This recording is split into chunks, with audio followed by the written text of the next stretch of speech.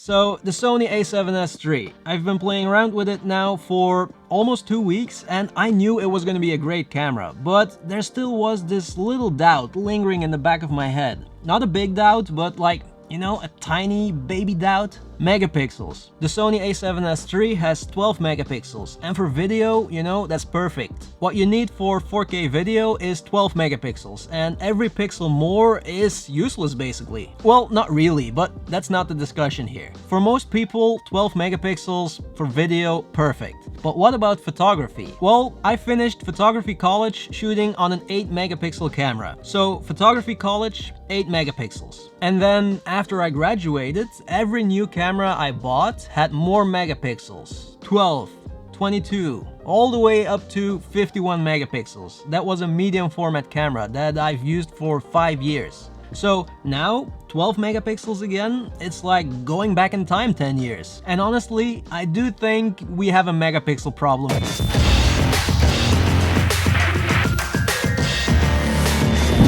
First of all, guys, I haven't said it in a while, but you're all amazing. Thank you so much for subscribing and for commenting. I love it. Keep doing that also for this video because I really want to know what you're all thinking about pretty much everything I say in my videos. And if you're new here, maybe consider joining the discussion. Click that button down there somewhere. Okay, now the Sony a7S III. I don't have to talk about the video capabilities, right? It's amazing. Everyone knows. Almost everything about it when it comes to video is excellent. But what about those 12 megapixels for photography? Well, for more than 10 years I was a photographer first, and having a lot of megapixels was important to me, even when I was shooting medium format, 51 megapixels. I used every last one of those pixels. And I think there are two important advantages to having a lot of megapixels. Well, one is an advantage and the other one's just fact, I guess. So let's talk about that first. Why would anyone want 51 or more megapixels? When you have a lot of megapixels, you can crop and zoom and change the composition of your photos without losing a lot of detail. And no, just because you crop your photos doesn't mean you're a bad photographer. Even the most famous photographers crop their photos today, but also 20, 50, maybe 100 years ago? I don't know. Does it exist?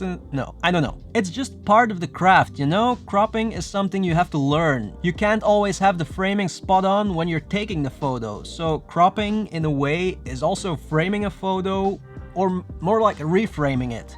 Or maybe you change your mind when you're editing the photos. Maybe you want to make the photo just a little bit stronger.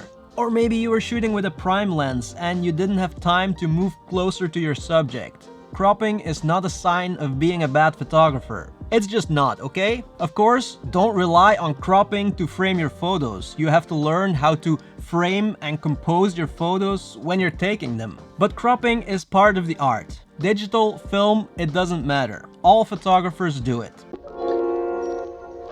And then we have printing your photos. The Sony a7S III has 12 megapixels, and that's enough to make 40 centimeter, what is that, 15-inch prints? No problem. Even bigger is possible depending on what you want to use that print for. But when we go beyond that 40 centimeters, let's say 60 or a meter, then, well, you will lose detail. That's just a fact. And maybe you're not gonna notice it from a distance, but when you go close to a large print, you will, without a doubt, be able to tell the difference between 12 and 51 megapixels. But that's the thing, you have to go close. And in a lot of cases, people look at prints from a distance. Also, by the way, on your screen, Photoshop, you're probably the only one who's looking at your photos zoomed in at 100%. Most likely, you're going to scale it down to upload it to wherever, the internet. So put the same size, 12 megapixel and 50 megapixel print next to each other, look at it from a distance.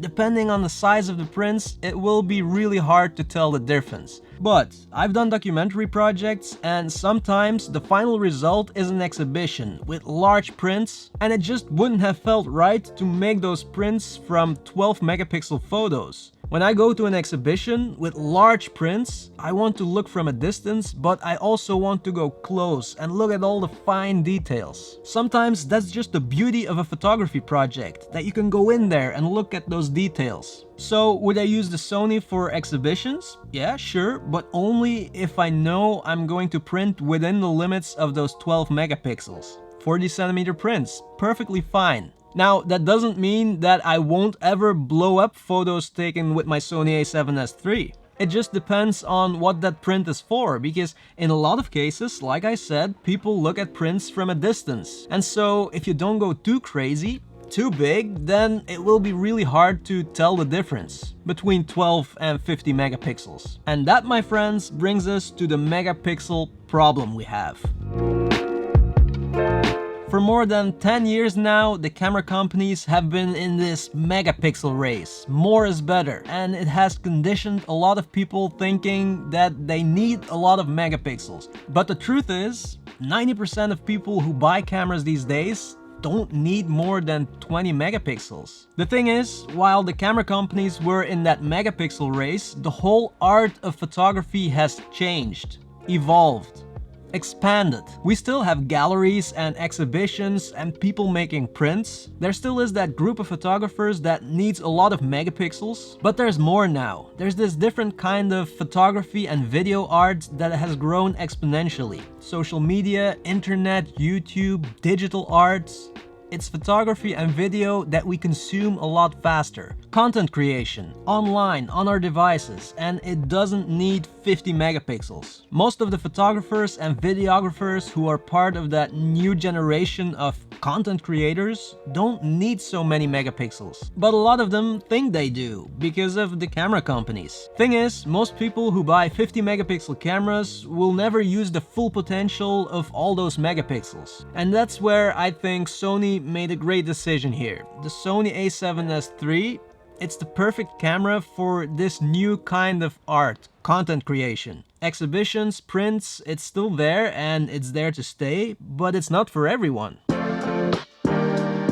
I feel like this is the perfect camera for a lot of content creators because it motivates you to take this camera with you and shoot wherever, whenever. I don't have to worry about big file sizes, the photos look great, it's awesome in low light, dynamic range is crazy, video looks amazing. It's the perfect all-round camera for professional content creators working at that faster pace. And just because we consume and create visual art faster doesn't mean it's not as good as the slow art. But I do want to emphasize on that word professional because it is an expensive camera. You just have to decide for yourself. If you have the money and you want to spend it, of course, you're not gonna regret it because it's a great camera. But it is targeted at a professional audience. And so now, if I were to plan a project for which I want to show my photos as large prints